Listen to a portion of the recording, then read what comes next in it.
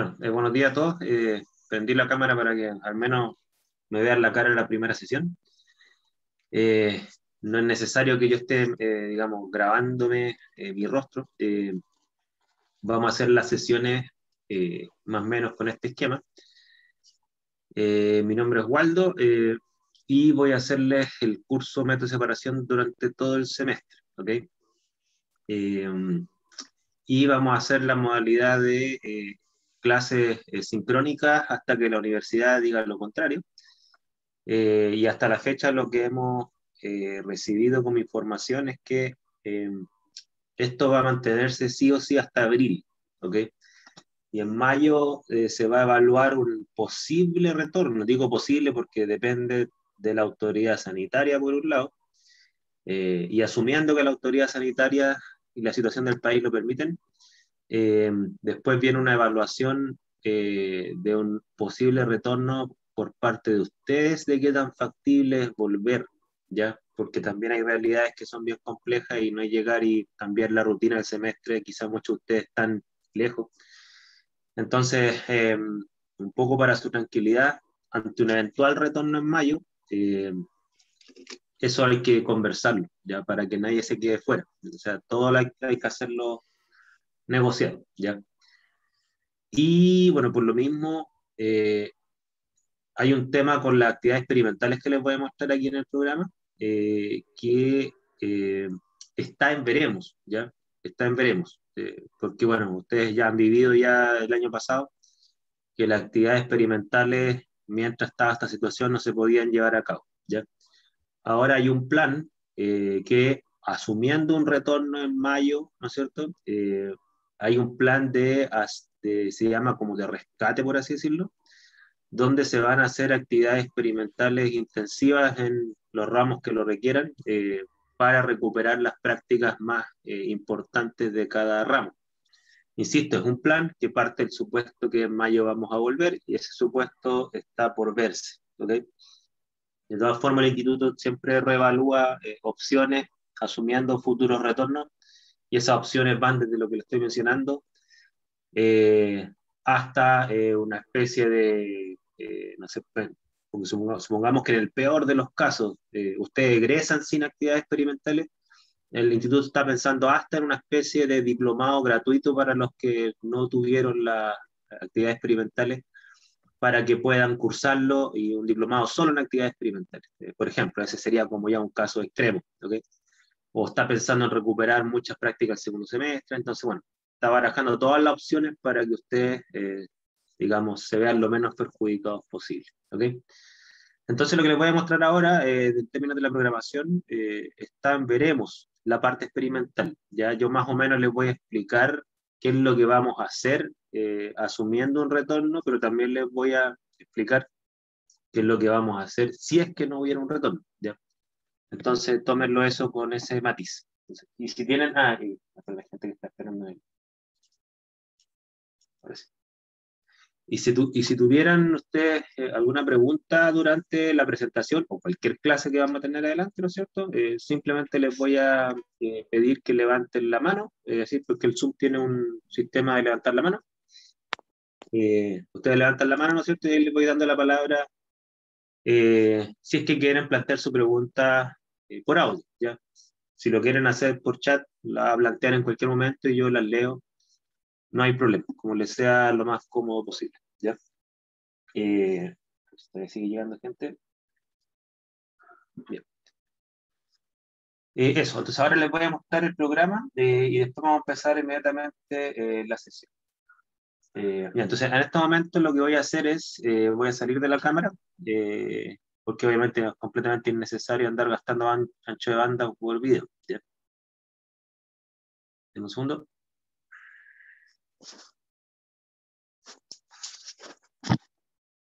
Ok. Si se escuchara mal, me dicen, ¿eh? Porque de repente tengo problemas de audio y no me doy cuenta. Bien, entonces lo que les estoy mostrando a continuación es el programa del curso. Voy a ensanchar la vista. Ahí. Bueno, este curso se llama Método de Separación, como les dije, yo soy el profesor de la cátedra. Hay tres profesoras del laboratorio. las cuales van a hacerse cargo de los prelaboratorios y los laboratorios, si es que las condiciones nos lo permiten. Eh, Insisto, eso también veremos, pero por ahora las pautas generales del curso son estas. Pues no les voy a leer los detalles, ustedes los pueden leer cuando vean el programa, pero en general lo que dice este párrafo es que este es un curso obviamente avanzado de química analítica, el último curso de química analítica que ustedes tienen, y eso implica que ustedes hay cosas que deben integrar para este curso. ¿Qué cosas hay que integrar? La química de soluciones acuosas, de equilibrios competitivos, eso es muy importante, la vamos a necesitar y la vamos a usar en este curso, porque este curso es muy similar a la química analítica 1 desde el punto de vista de los equilibrios, se ven equilibrios competitivos también, salvo que se ven en dos fases. Entonces es como un grado de complejidad un poquito más alto, ¿ya? Y en general, las personas que tuvieron habilidad y les fue muy bien en esta parte de química analítica 1 les tiende a ser más fácil e incluso hasta gustar este ramo, ¿ya? Pero los que todavía tienen algunas deficiencias, ¿no es cierto? Es importante que le pongan, digamos, más empeño para ponerse al día, porque si no van a verse retrasados. Obviamente que la idea de este curso es ayudarlos, ¿no es cierto? Yo no voy a dar por sabido y que es problema de ustedes para nada. O sea, ustedes, si hay una cosa que no se acuerden que tenga que ver con Analítica 1, me la dicen, yo la hago un paréntesis cortito, la repasamos. Si el tiempo restringe cualquier posibilidad de explicar más aspectos previos, les voy a dar recomendaciones de lectura, mismo algunos videos que yo mismo he hecho para otros cursos. Ahí ustedes lo voy a ayudar todo lo posible para que suplan cualquier eventual deficiencia o olvido que tengan de esa parte. La otra parte que vamos a necesitar, aunque más a nivel conceptual más que a nivel de cálculo, es lo que tiene que ver con cifras de mérito analítica de la química analítica instrumental. Todos los conceptos de límite de detección, límite de cuantificación, rango lineal, sensibilidad, precisión, exactitud, etcétera. Eso lo vamos a necesitar a nivel conceptual y la parte de expresión de resultados también, ¿ya? Y lo mismo, ¿no es cierto? Si hay algo que ustedes nuevamente se olvidaron, me lo plantean para que empecemos a construir esto de forma lo más progresiva posible. Y por lo mismo, es importante que ojalá puedan estar presentes en todas las clases, a pesar que al estar presentes en todas las clases, ahí nosotros lo que vamos a ver es que las personas que no pueden asistir, nosotros vamos a grabar las clases, ¿no es cierto?, para quien, digamos, quiera repasarlas o no pueda estar presente en estas clases. Sin embargo, la gracia de asistir a las sesiones es que ustedes pueden plantear preguntas, pueden pedir que uno retome algún aspecto que quizá yo lo vi más rápido. Eh, entonces, por eso les recomiendo, por favor, que asistan, ¿ya? Porque mucha gente se confía con esto, que las clases están grabadas, tiene la falsa sensación de que está aprendiendo porque entienden lo que escuchan en el video, pero la idea es aplicarlo. Cuando uno lo aplica, realmente se da cuenta si entendió lo que estábamos viendo en clase. Y dado que este curso es más o menos avanzado, ¿no es cierto? Les digo de antemano, porque siempre, casi todos los semestres me lo plantean, la posibilidad de cambiar las horas es casi cero. ¿Ya? Yo todos los años que me han planteado posibles cambios de hora porque a alguien le choca algo, siempre son los mismos estudiantes los que se oponen, porque hay gente de distintos años, que tiene distintos ramos, ¿no es cierto? Entonces es súper poco probable encontrar una hora común que no afecte a nadie y que yo pueda, ¿ya? Entonces, no sé, por recomendación, les recomiendo que ni siquiera lo intenten un cambio de horario. Siempre nunca he visto un intento de cambio de horario digamos, que funcione. Nunca lo he visto. Y bueno, los reglamentos, ustedes saben que aquí se aprueba con un 4, ¿no es cierto? Y el tema de las evaluaciones se rige por el Reglamento General de Estudios y el Reglamento General de Estudios plantea que si ustedes no asisten o no rinden una calificación, ¿no es cierto? Una actividad evaluada, pues bien, tienen dos posibilidades. La opción número uno es que ustedes no asistieron o no rindieron una evaluación, pero tienen una justificación avalada por un memorándum de la jefatura de docencia. Y ahí me corresponde a mí ver qué medida tomo para recuperar o compensar o reemplazar esa evaluación. pero en caso que ustedes no den una evaluación y no esté justificada, el Reglamento General de Estudio dice que debe ser calificado con nota 1, ¿ya? Eso es muy importante que lo tengan presente, ¿ya? Entonces, después les voy a explicar en qué consiste la evaluación, obviamente, pero también quiero que lo tengan claro ese aspecto, ¿ya? Pero una cosa mía es un reglamento general en el cual yo me baso, ¿ya?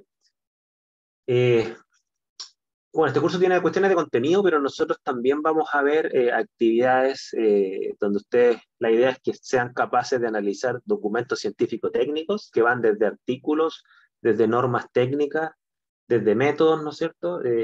Y la idea es que ustedes apliquen estos conocimientos para hacer descripciones, explicaciones y evaluaciones profesionales en este campo, ¿ya?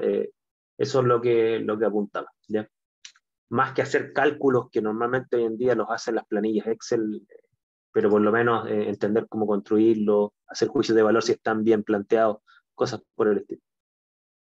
Y en los laboratorios, bueno, si existieran actividades experimentales, obviamente vamos a tener que hacerlas en base a los grupos, y la distribución de los grupos va a depender de en qué condiciones se van a llevar a cabo las actividades experimentales, porque si es que este retorno es restringido en respecto al número de personas que pueden haber por sala, quizás vamos a tener que distribuir los grupos de otra forma, ¿no es cierto? Entonces yo no puedo anticiparles de si los grupos son de 3, de 4, de 2, no tengo idea porque va a depender de estas condiciones, ¿ya?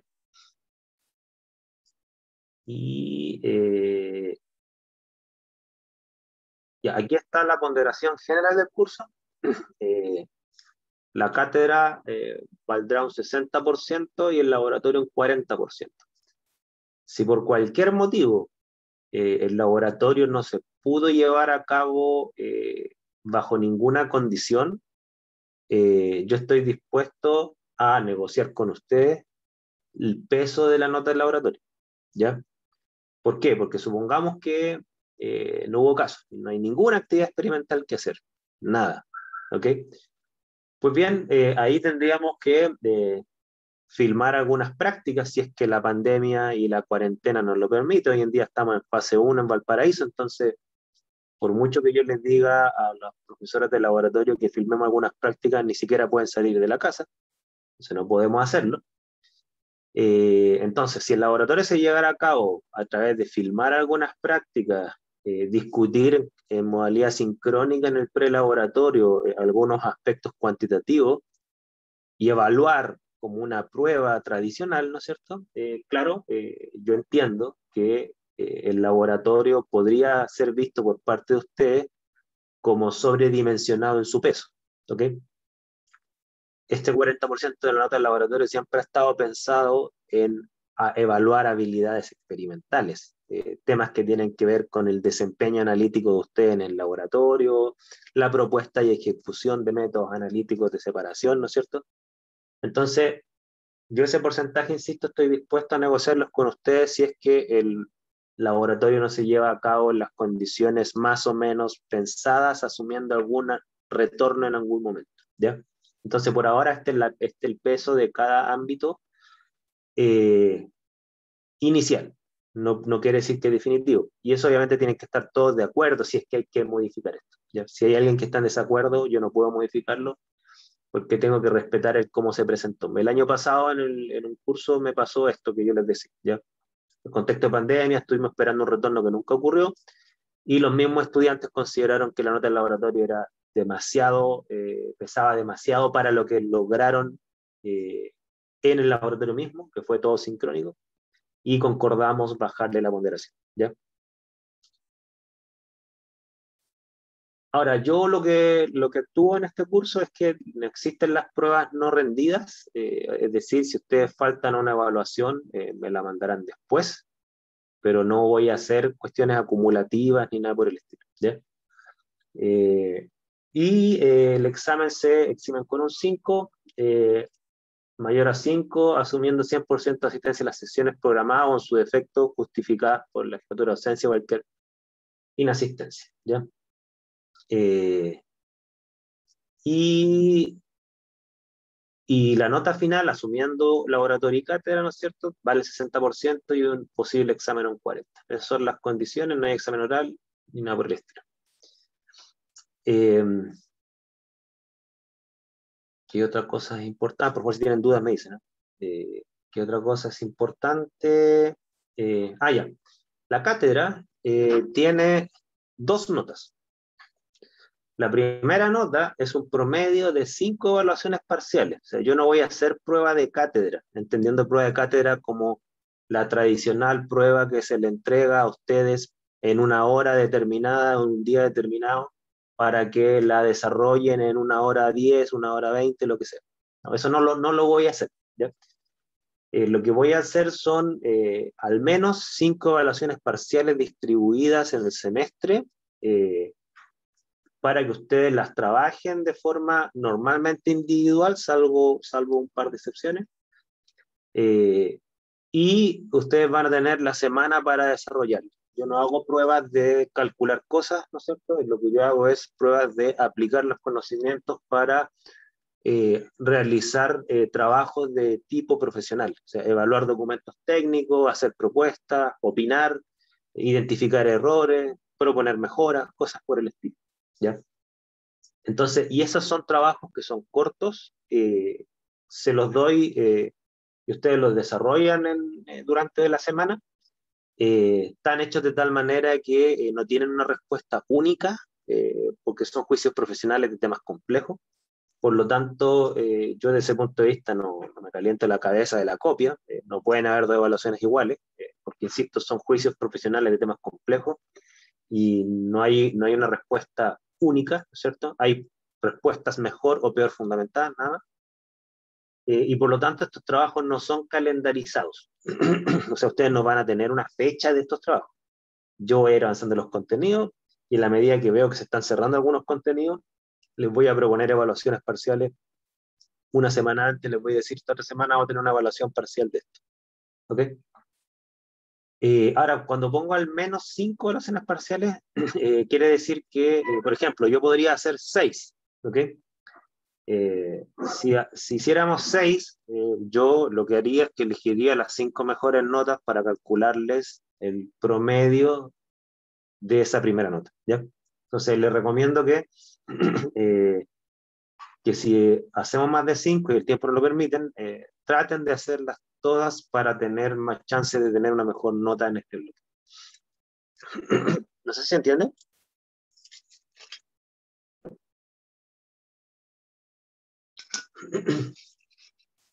¿Se entiende? Sí, ya. Bien. Eh, Ahora, la segunda nota de la cátedra, se aparece acá. Eh, bueno, aquí creo que no lo tengo especificado. La segunda nota de la cátedra va a ser un trabajo, ¿ya? Donde ustedes ahí lo que tienen que hacer es una propuesta experimental de métodos de separación basado en un problema analítico, ¿ya? Se les va a dar un problema analítico o en su defecto ustedes lo pueden proponer. Muchos estudiantes lo que han hecho es que, como algunos tienen ya más o menos conversado incluso temas de tesis con algunos profesores, justo algunos temas de tesis involucran algunas especies químicas que se requieren analizar, se requieren determinar. Entonces, ¿qué es lo que pasa? Muchos estudiantes lo que hacen, que les favorece hasta para sus tesis, ¿no es cierto?, es proponer métodos analíticos para la determinación de especies químicas que les son relevantes para un futuro tema de tesis, por ejemplo, ¿ya? Si ustedes no tienen un tema de tesis que lo pudieran conectar con esta segunda evaluación de la cátedra, yo les puedo proponer temas, ¿ya? Hay temas, hay diversos, ¿sí? Por ejemplo, no sé, pues, determinación de cannabinoides en la orina, ¿ya? ¿Por qué? Porque hay alguien que está haciendo un tema relacionado con eso, ¿no es cierto? Bueno, hay métodos de separación para hacer esa determinación. Eh, la otra vez había una persona que propuso determinación de unos, ¿cómo se llaman esto? Hay una especie de alucinógenos que exudan unos hongos. Bueno, propusieron un método de separación y determinación de esa especie. Hay gente que se va más por el tema ambiental, por ejemplo, y había una propuesta que era de determinación de especies de mercurio en moluscos, porque hay todo un tema ambiental detrás con eso, etcétera. O sea, hay montones de temas.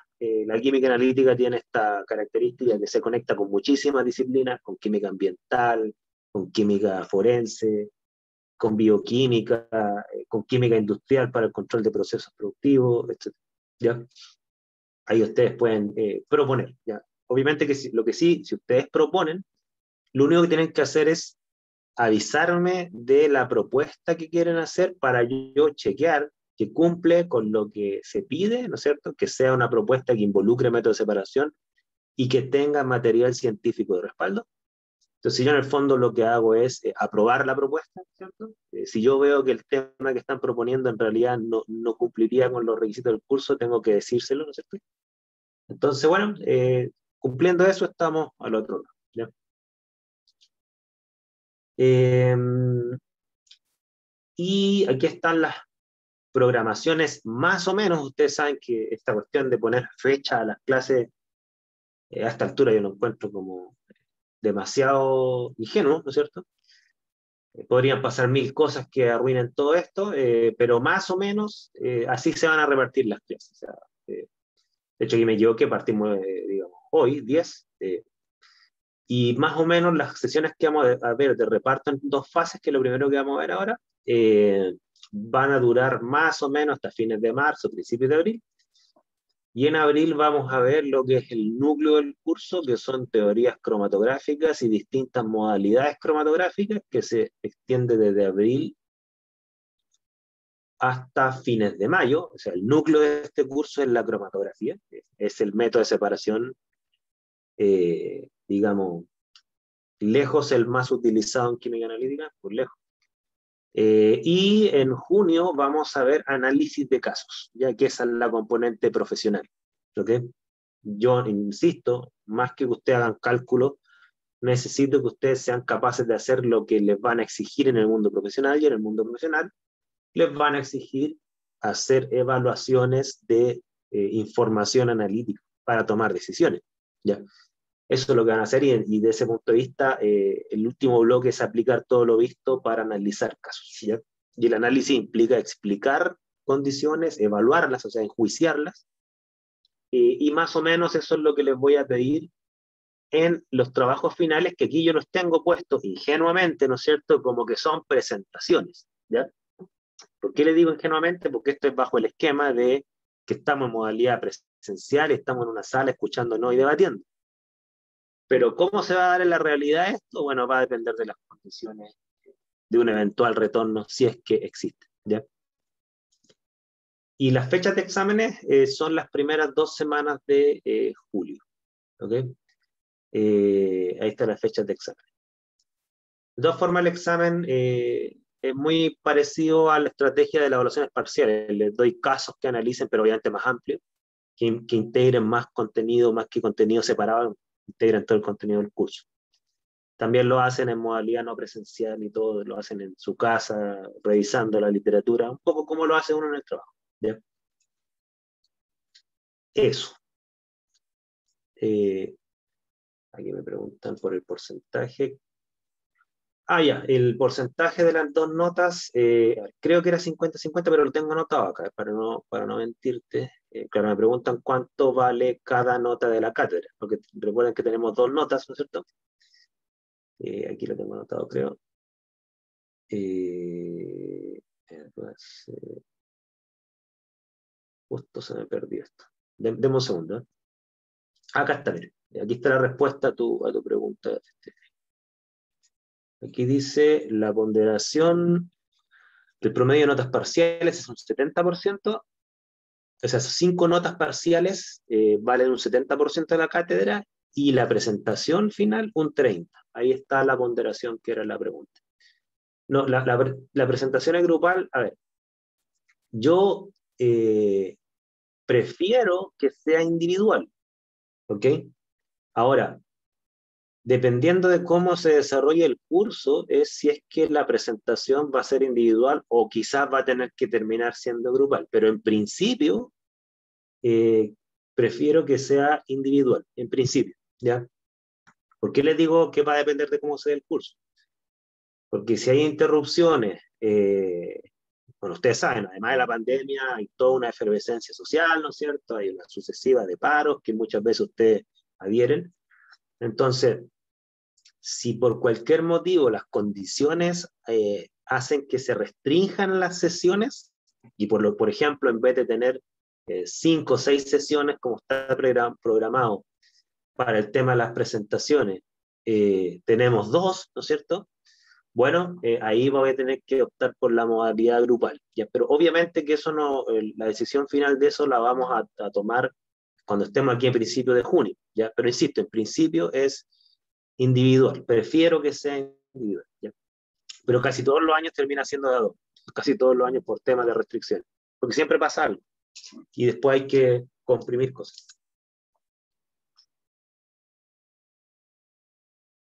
Mm.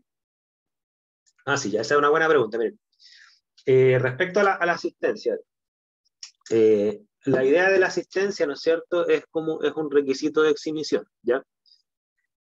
Ahora, nosotros hacemos excepciones normalmente de que supongamos que alguien tiene, no sé, pues, promedio final un 5 o 6, y bueno, y faltó 2 clases. Ya, las personas que tengan un promedio excepcionalmente alto, a esas personas vamos a relajar el requisito de asistencia porque entendemos que es una nota que demuestra que ya las clases no lo perjudicaron. Eh, Ahora, si eventualmente, ¿a qué grupo de personas yo sí o sí le voy a exigir la asistencia? Que es lo que se llama el puntaje de corte, por así decirlo, ¿ya? Eh, Supongamos que ustedes tienen un 4.8, ¿ok? Final. Eh, y obviamente, porque yo ya me sé la historia, ¿no es cierto? Ustedes van a presionar porque lo eximan, porque están cerca del 5 y todo el tema, ¿ok? Bueno, las personas que tienen cercano a un 5, ¿ok? Eh, a esas personas vamos a hacer la excepción de eximirlas si es que cumplen con el tema de la asistencia, ¿no es cierto? Y siempre que cumplan, que no tengan ningún rojo inferior a 3, ¿ya? ¿Por qué inferior a 3? Porque entendemos que, supongamos, y me refiero a las evaluaciones parciales, además de la global, ¿ya? Si ustedes tienen una evaluación parcial con una nota inferior a 3, desde mi punto de vista, quiere decir que ese contenido no lo aprendieron, ¿ya? Entonces, con esas condiciones y la asistencia en ese grupo de corte que está entre 4.5 y 4.9, lo vamos a considerar. Los que tienen sobre 5, normalmente se les exime a todos, salvo que tengan algún rojo muy feo que se lo ponderó con el laboratorio y le estén dando sobre 5. ¿Ya? A esas personas se les va a exigir la asistencia también. ¿Ok? Pero insisto, esa asistencia, entendiendo que si alguien no asiste pero está justificado, ¿no es cierto? No hay problema. ¿Ya?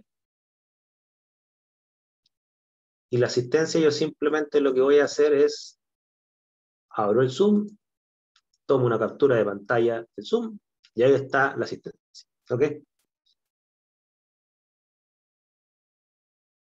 Así que no les voy a empezar a preguntar así, obviamente, nombre a nombre para anotar, no para nada. Yo paso asistencia así. Tomo una captura de pantalla en la mitad de la clase, ¿no es cierto? Y esos son los que están presentes. Por eso pónganse su nombre real y no se pongan nombre ficticio. Más dudas, consultas.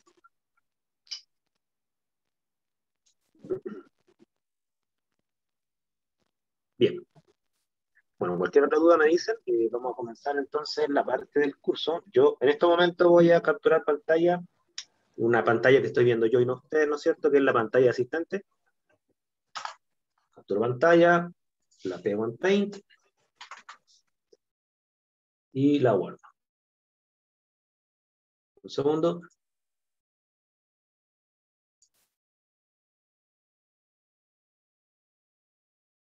Pego en Paint y la guardo.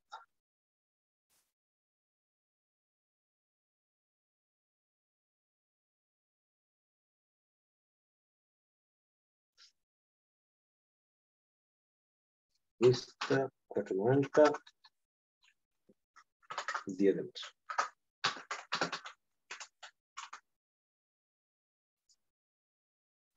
Bien.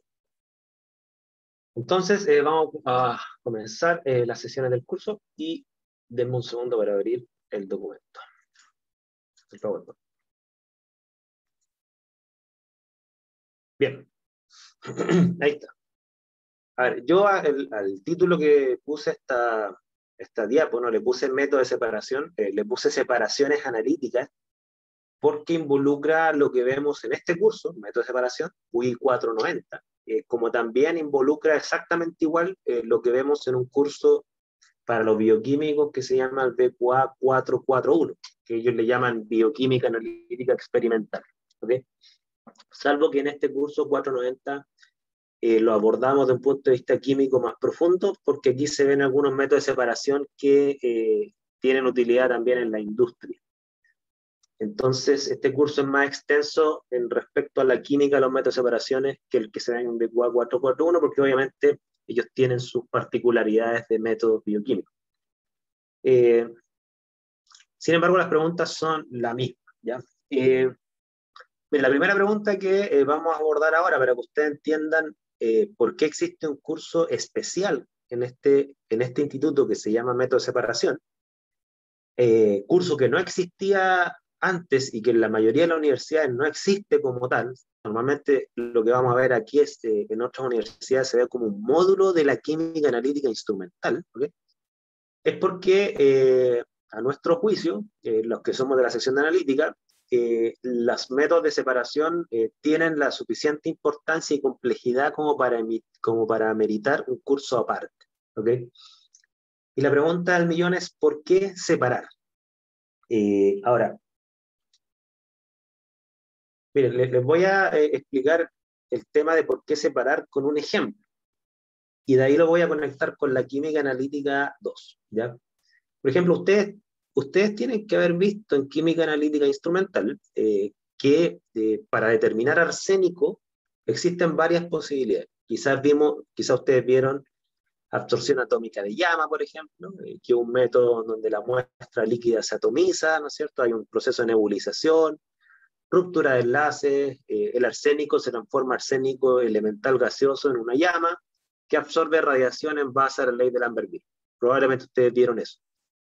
Probablemente ustedes vieron también rayos X o ICP masa, ICP óptico. Todas esas técnicas sirven efectivamente para determinar arsénico, ¿okay? Como también para determinar cobre, lo que se llaman las técnicas de análisis elemental. Ahora, si ustedes se van a la demanda social de análisis para la determinación de arsénico, uno de los contextos que existen es el contexto ecotoxicológico. O sea, el arsénico es un elemento altamente tóxico, ¿ya? ¿Qué quiere decir esto? Que elevados contenidos de arsénico pueden producir cáncer. De hecho, la norma chilena de agua, por ejemplo, establece que el máximo nivel de arsénico permitido en el agua potable en Chile es 10 partes por billón, o sea, 10 microgramos por litro, que es más o menos lo mismo que recomienda la OMS. ¿Okay? ¿Por qué? Porque, insisto, el arsénico está asociado a problemas de cáncer. Cáncer a la piel, cáncer a la vejiga, ¿no es cierto? Hay cáncer a los riñones, hay varios tipos de cáncer asociados al arsénico. Aquí tiene usted una fotografía de una persona que se puso arsénico y desarrolló cáncer a la piel en la palma de su mano. ¿Okay? ¿Hay alguien de Antofagasta aquí o no? ¿O de la segunda región? ¿O que haya vivido allá? ¿Nadie? ¿De Calama? Bueno, están más o menos igual que en Antofagasta. O sea, los que son de la segunda región, y también yo creo que incluye la primera, pero el caso más estudiado de la segunda región, eh, sabrán o habrán escuchado que el arsénico en el agua es un problema. ¿Okay? Yo viví un año en Antofagasta por temas laborales. Esto fue, si mi memoria no me falla, el año 2006, si mal no recuerdo. Yo cuando llegué allá todavía estaba el problema del arsénico en el agua. Y estamos hablando no solamente en un agua del río, estamos hablando del agua potable, el agua que salía del grifo. De hecho, la mayoría de la gente no tomaba agua de grifo, se compraba agua en botella purificada. Bueno, todas las técnicas que ustedes tienen que haber visto en analítica instrumental, a ustedes les permiten determinar lo que se llama el contenido total de arsénico. ¿Ok? Sin embargo, hay un tema con el arsénico, ¿no es cierto? Y es que, si no es cierto, la concentración total de arsénico me da un indicativo de un posible peligro de consumir agua o un producto alimenticio, ¿no es cierto? El lío que tiene el arsénico es el siguiente. Las técnicas que ustedes vieron en analítica instrumental se les llama técnicas destructivas. ¿Qué quiere decir técnicas destructivas? Que además de hacer un análisis elemental, lo hacen a costa de destruir las formas químicas originales que tenía, en este caso, el arsénico en la muestra. En una muestra de productos marinos, ¿no es cierto? Por ejemplo, mariscos, el arsénico se encuentra normalmente bajo formas orgánicas. Quiere decir que el arsénico está enlazado a macromoléculas, ¿ya? Pero la técnica ICP masa no les permite a ustedes decir qué tipo de arsénico existe en un alimento. Les permite decir cuánto arsénico hay como elemento, pero no de qué tipo.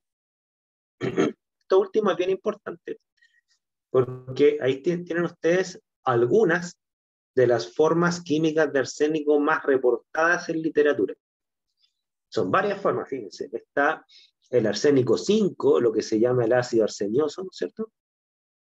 El ácido arsénico, perdón, el arsénico 5, el ácido arsenioso, que es el arsénico 3, óxidos de arsénico 3, está la arsina, que se llama, que es arsénico, bueno, hay una discusión si es arsénico 3 o menos 3, porque depende de la electronegatividad del hidrógeno. Hay formas orgánicas de arsénico, por ejemplo, las formas metiladas, y existen las formas, lo que se llaman los arsenos azúcares, que son estas que están acá abajo, que es, por ejemplo, la arsenobetaína y la arsenocolina, por ejemplo. Ahora, ¿por qué es importante esta información? Porque en estricto rigor, la especie que es cancerígena es esta, el óxido de arsénico 3 como sólido, o su producto disuelto, que es el ácido de arsénico 3, el que se llama ácido arsenioso, ¿ya? Aunque esa nomenclatura yupa está obsoleta supuestamente. Ahora, cuando se habla que el arsénico es tóxico, en realidad es que es tóxico es el arsénico 3 inorgánico, que lo estaría representado de estas dos formas, como sólido o como especie disuelta, ¿ya? Para que ustedes se hagan una idea, la arsenobetaína o la arsenocolina que están acá abajo, son formas de arsénico que tienen una toxicidad más baja que la aspirina, el ácido acetilsalicílico, por ejemplo. Ahora, ustedes me dirán, ¿y qué importa eso? Bueno, la importancia es que casi todo el arsénico que está presente en los mariscos, por ejemplo, está reportado que cerca del 90% del arsénico que está presente en un marisco está bajo la forma de arsenobetaína. Es decir, no es un arsénico tóxico. Entonces, claro, si a ustedes le dicen, oye, te estás comiendo, no sé, un marisco que tiene 10 ppm de arsénico, lo cual una persona podría poner el grito en el cielo, que es mucho. Claro, pero de esos 10 ppm, probablemente solo un ppm es arsénico inorgánico, ¿ok?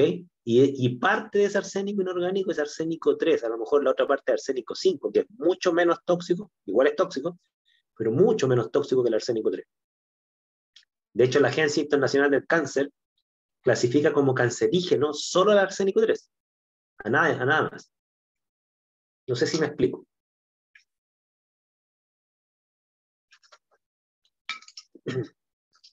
El lío está que si ustedes quisieran determinar cuánto arsénico 3 hay en un marisco o en un agua potable, ¿no es cierto? Esta técnica, ICP masa, no sirve. ¿Ok?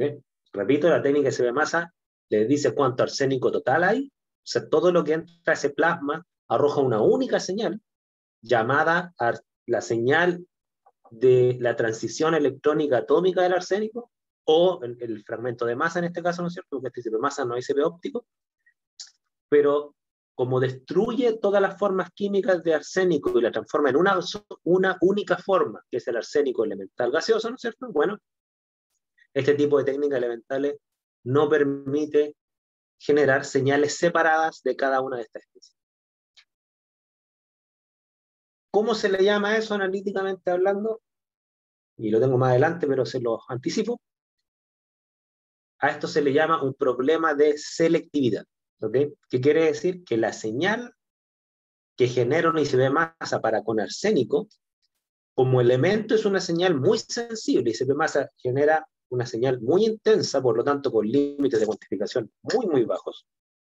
Sin embargo, esa señal, siendo selectiva comparado con otros elementos, o sea, no hay interferencia de otros elementos, no es que la señal de cobre va a interferir el arsénico, no, es muy selectiva también, pero no es selectiva para con las distintas especies de arsénico, no tiene selectividad para generar señales separadas. ¿Ok? Esto que yo les acabo de explicar, voy a saltar un poquito esto. A esto que yo le acabo de explicar, ¿no es cierto? Se ha resuelto, ¿ya? Se ha resuelto, pero en parte, ¿ya? Por ejemplo, lo que yo le estoy mostrando acá es un método de separación que se aplica previo a la generación de la señal atómica de arsénico, para resolver precisamente uno de los problemas que tiene la determinación de arsénico, que es el problema de la selectividad. ¿Qué muestra este sistema? Se lo explico. Este sistema tiene, a ver, voy a usar el lápiz, para que, a ver si que me sirve y el pulso me acompaña. Este que está acá es el detector atómico. Ese es un equipo de fluorescencia atómica. Como equipo de fluorescencia atómica, al igual que la absorción atómica, es una técnica que no es selectiva para con las especies de arsénico. Ese instrumento por sí solo no permite diferenciar la señal de arsénico 3, de arsénico 5, arsenobetaína, etc. ¿Qué es lo que se hace, analíticamente hablando? Es antes de inyectar la muestra al instrumento de espectroscopía atómica, se le aplica un método, esto lo voy a hacer con otro color, con azul, se aplica un método de separación. Todo esto que está acá es un método de separación. No voy a entrar en los detalles, lo vamos a ver en el curso, pero ¿cuál es la idea de todo ese sistema que se ve bien sofisticado? Es que los analitos, ¿no es cierto?, que se inyectan literalmente acá, los analitos que vienen mezclado arsénico 3, arsénico 5, arsenobetaína, arsenocolina, se someten a un proceso de separación que hacen que las especies químicas de arsénico vayan llegando en órdenes distintos al detector. Aquí, en este esquema, que esto es un cromatograma, ¿no es cierto?, muestra que con este método de separación lo que permite es que primero lleguen al detector las especies metiladas,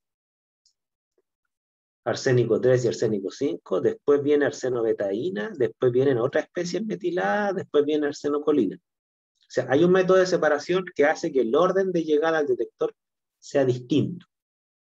Y con esto yo puedo determinar algunas especies de forma separada. Por ejemplo, la primera señal analítica que está acá, lamentablemente viene con 4 especies juntas. ¿Ok? O sea, no logra separar las primeras 4, aparece como una única señal. O sea, la primera señal no es selectiva para estas 4 especies. ¿Ok? Pero sí la diferencia de la arsenobetaína, por ejemplo. Y eso podría ser importante, porque si yo demuestro que de todo el arsénico que tiene un molusco, el 90% arsenobetaína, obviamente que el juicio que yo hago respecto de la peligrosidad de comerse ese molusco es distinto a que si no existiese arsenobetaína y todo fuese arsénico 3, por ejemplo. ¿Ya?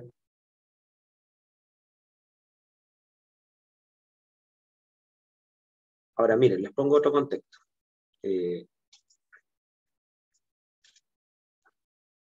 Por ejemplo, esta es una muestra de orina, ¿ok? Va a venir la pregunta, ¿no es cierto?, dado que esta es una muestra de orina, esta es su composición. Y en rojo están los componentes mayoritarios que tiene una muestra de orina. Agua, ¿no es cierto?, obviamente, urea. Todos los otros componentes son minoritarios, pero existen. Ahora, Pregunta, para que me respondan en el chat, ¿no es cierto? ¿Cómo ustedes determinarían el contenido de agua en la orina?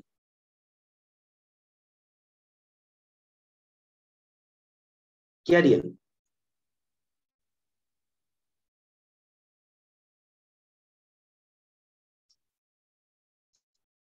¿Qué harían analíticamente hablando?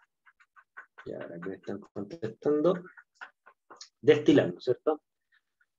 Ya, súper, ¿no es cierto? Destilar. Eso es lo que uno debiera hacer, es como lo más lógico de hacer, ¿no es cierto? Pero fíjense, ahora le voy a hacer una pregunta media filosófica. ¿Y por qué hay que destilar? ¿Cuál es la necesidad de destilar? ¿Por qué no pueden determinar directamente el contenido de agua sin hacerle nada a la muestra? Porque destilar es un método de separación.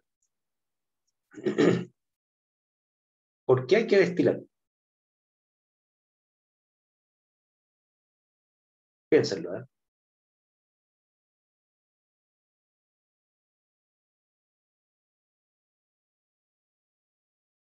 ¿Qué es lo que buscan al destilar? Separar.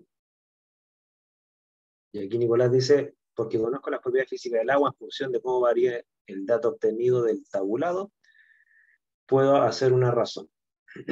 ¿Ya? Claro, o sea, el agua, ¿no es cierto? Aquí me ponen concentrar en una fase un compuesto. Claro, o sea, yo conozco las propiedades del agua y por lo tanto, al aplicar la destilación, yo puedo concentrar o separar, ¿no es cierto? Vamos a ver que hay una relación entre concentración y separación. Yo puedo concentrar o separar en una fase distinta mi analito, que en este caso es agua, ¿ok? De todo el resto de la composición química de la orina, ¿ya? Ahora, cuando ustedes destilan, ¿qué hacen después? Porque con puro destilar, ustedes les falta un paso, que es como obvio, pero no lo han dicho. Ustedes destilaron, separaron el agua del resto de sus componentes. ¿Y qué hacen con ese destilado? Lo condensaron, listo. ¿Y qué hacen con esa agua condensada? Hay una cosa que es como obvia, por eso usted no me la dice, pero mira, tú dices no hay de filtrar, pero bueno, fíjense que si ustedes destilan, quizás hasta es innecesario filtrar, porque supuestamente cualquier material particulado no debió haber sido arrastrado a la fase condensada.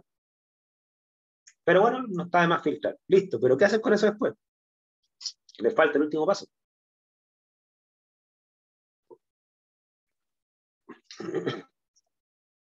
¿Cómo cuantifican?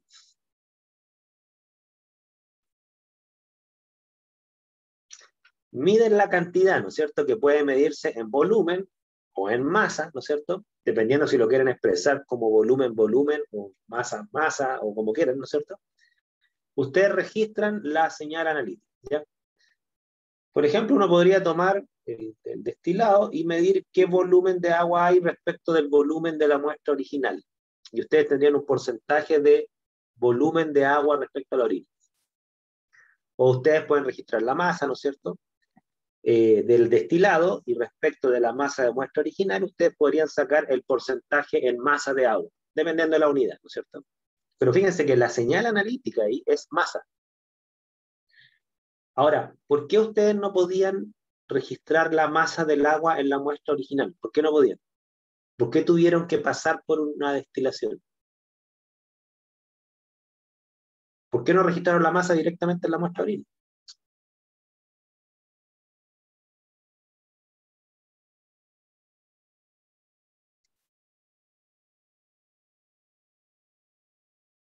¿Cuál hubiese sido el problema si ustedes toman la muestra de orina y registran el volumen con la masa directa y se quedan con eso? Y dicen, esto es el agua. Ya, por la masa que aportan los otros constituyentes, ¿no es cierto?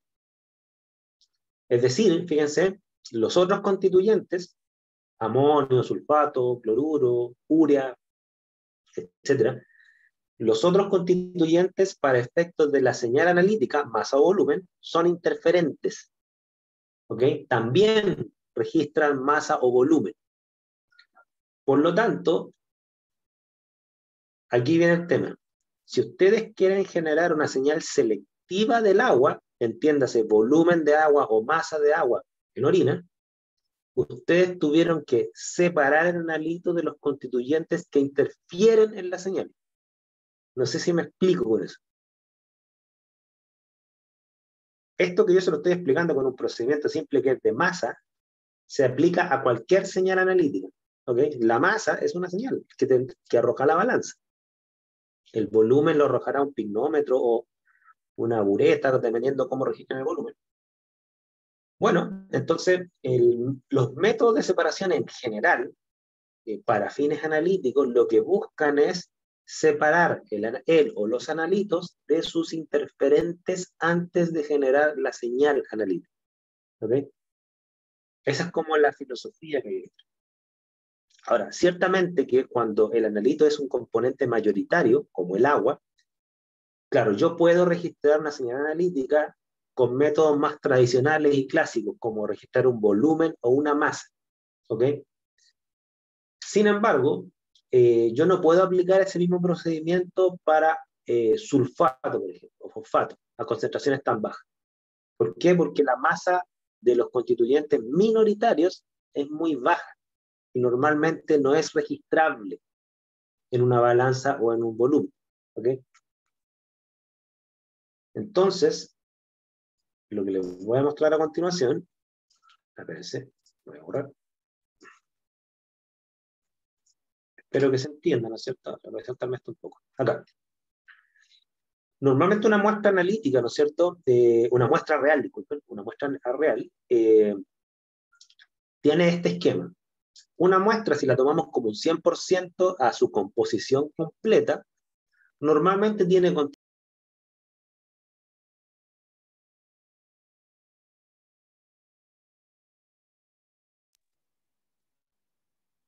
¿Me escuchan ahí? Que justo me llamaron por teléfono. Ahora sí, ¿me escuchan? Sí, ya. Es que justo venía una llamada entrante. Como les decía, si uno toma una muestra como un 100% de composición, ¿no es cierto? Uno la puede separar en los constituyentes mayoritarios, los que se encuentran a concentraciones porcentuales, ¿ok? 1%, 10%, 20%, supongamos en masa. Normalmente esos constituyentes mayoritarios, lo que hay que hacer es separar los interferentes para que no interfieran en la masa o en el volumen final registrado, ¿ok? Por ejemplo, si ustedes quisieran determinar el contenido de sólido disuelto en agua de mar, los sólidos disueltos en agua de mar también son mayoritarios. Bastaría con que yo evapore el agua, a sequedad, ¿no es cierto? Y me quede con los sólidos que quedaron de ese proceso. Y por una diferencia de masa, yo tengo entonces la cantidad de sólido disuelto. No hay problema ahí. Y ahí los métodos de separación tradicionales sirven. Destilar, filtrar, ¿no es cierto? Esos métodos de separación son como clásicos, que se llaman. Sin embargo, si los constituyentes son minoritarios, por ejemplo, especies de arsénico en orina que están a nivel de partes por millón o partes por billón, a ese nivel de concentración no se pueden registrar señales analíticas clásicas como masa o volumen. Ahí hay que recurrir a métodos instrumentales de alta sensibilidad. ¿Ok? Ahí cambia, por lo tanto, el tipo de respuesta analítica, como también cambia el método de separación. Ahí la destilación no sirve, por ejemplo. Yo no puedo destilar especies de arsénico y condensarla en otro lado, por cuanto, aunque las propiedades físicas lo permitieran, la cantidad de condensado que obtendría sería irregistrable. ¿Ok? Por otro lado, la probabilidad que exista un punto de ebullición en la cual se separe la especie de arsénico de otros constituyentes es muy baja, sino que tiende a cero. Entonces, en ese contexto, los métodos de separación que emergen son mayormente cromatográficos. ¿Okay? No sé si se entiende eso.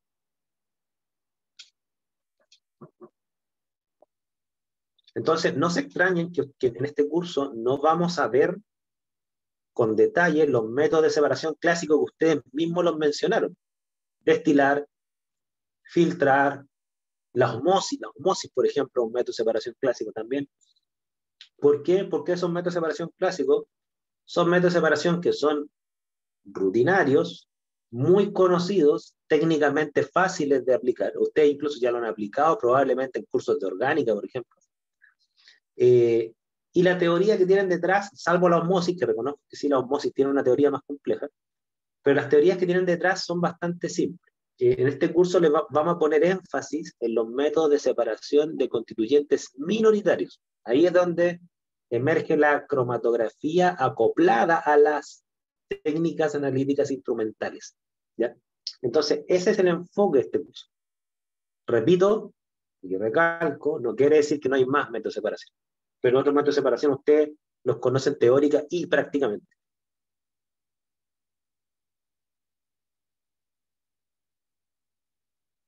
Miren, cuando ustedes separan constituyentes mayoritarios, lo que importa, por ejemplo, a través de filtrado, a través de destilación, lo que importa es la eficacia y la eficiencia. Es decir, por ejemplo, en el caso de la muestra anterior, si ustedes querían determinar el contenido de agua, ustedes lo que tenían que lograr era sacarle toda el agua a la orina, ¿no es cierto? Y condensarla sin que se pierda. Se tenía que hacer un proceso eficaz y eficiente en el sentido de que tenían que lograr destilar el agua, perdón, destilar el agua sin perderla, ¿ok? Primera cosa. Y por otro lado, hacerlo que eso ya tiene que ver con parámetros de eficiencia, ojalá hacerlo en corto tiempo, en condiciones seguras, con bajos recursos. Entonces, ahí lo que yo separo, tengo que recuperarlo completamente. En el caso de los constituyentes minoritarios, ahí el tema de lo que es la eficacia y la eficiencia no es tan importante. Lo que es importante es que los analitos minoritarios, ya que yo no los puedo separar cuantitativamente en el sentido de recuperarlos como una masa o un volumen puro, ¿cierto? Lo que importa es que se separen para generar señales analíticas selectivas y sensibles, de forma que me dé resultados confiables, precisos y exactos de acuerdo a mis requerimientos. ¿Okay? Entonces vamos a cambiar un poco también ese enfoque. A pesar que en esta separación arbitraria que estoy haciendo, existe obviamente todo un grupo de problemas analíticos que se encuentran en el intermedio de ambos. ¿Ya?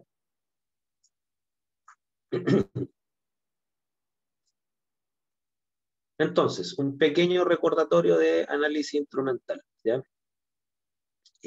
Por ejemplo, aquí tienen ustedes eh, un espectro de absorción molecular de dos especies.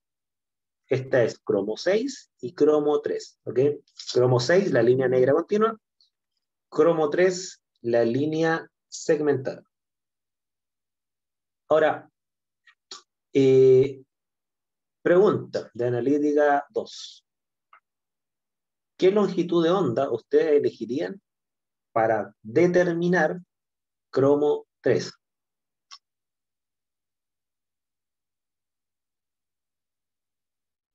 Mirando ese espectro.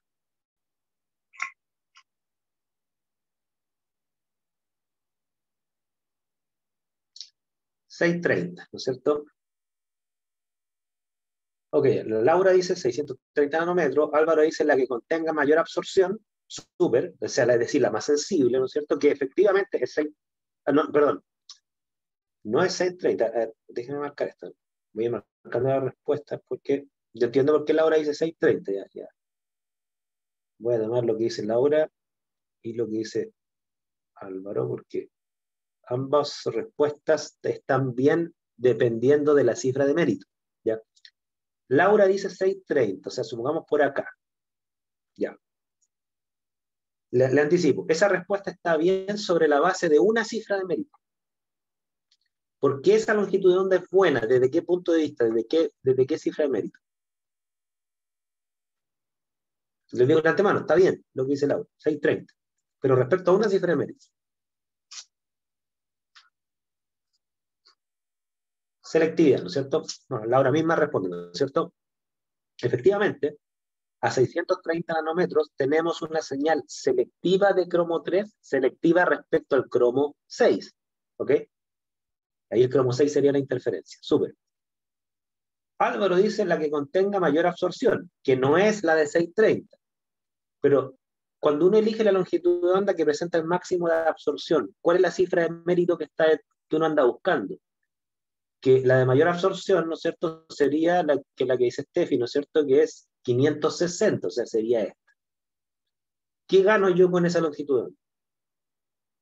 A 560. También está bien, pero respecto a otra cifra de mérito. Lo que gano es mayormente sensibilidad, súper, y no olviden, y si no lo vamos a recordar, precisión. Los máximos de las bandas de absorción molecular son las más sensibles, pero también las más precisas, ¿ya? Ahora,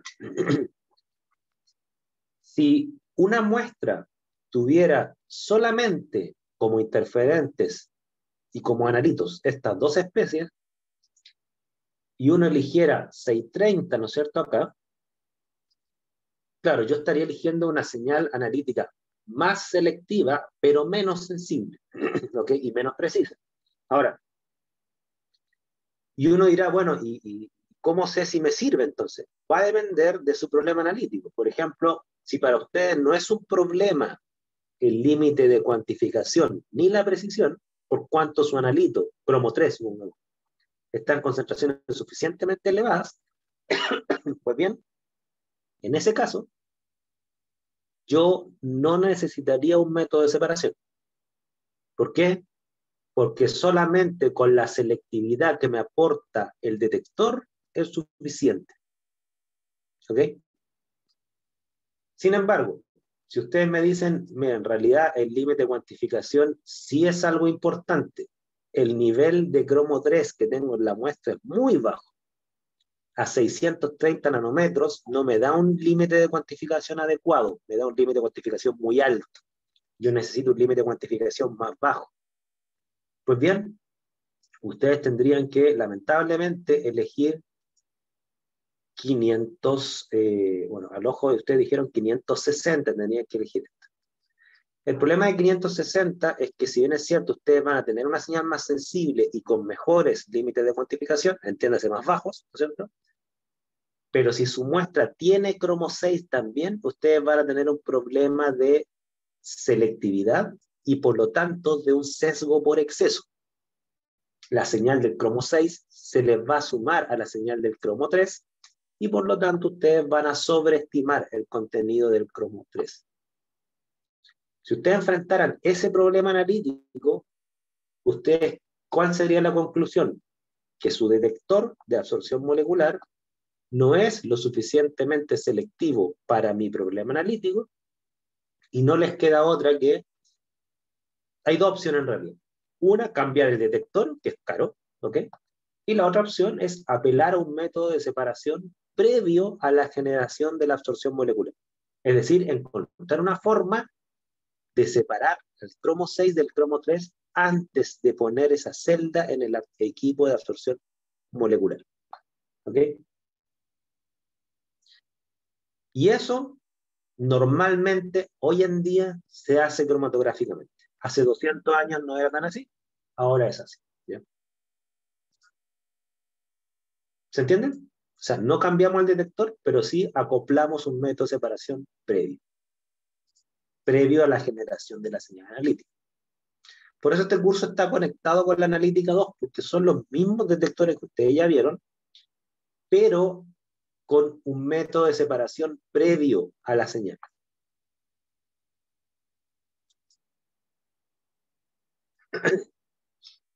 Miren, con esto vamos a terminar la sesión de hoy, porque dura esto siempre me confundo con la hora. Esta hora dura hasta las 9:40, ¿cierto?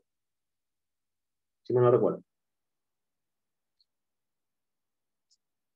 Miren, con esto vamos a 9:35. A ver, nosotros partimos a las 8:30 o a las 8:25. Me están adelantando la hora, ¿cierto? 8:30 partimos, ¿cierto? Y esto dura 1:10. ¿A qué hora tienen la siguiente clase ustedes? ¿A qué hora tienen la siguiente clase?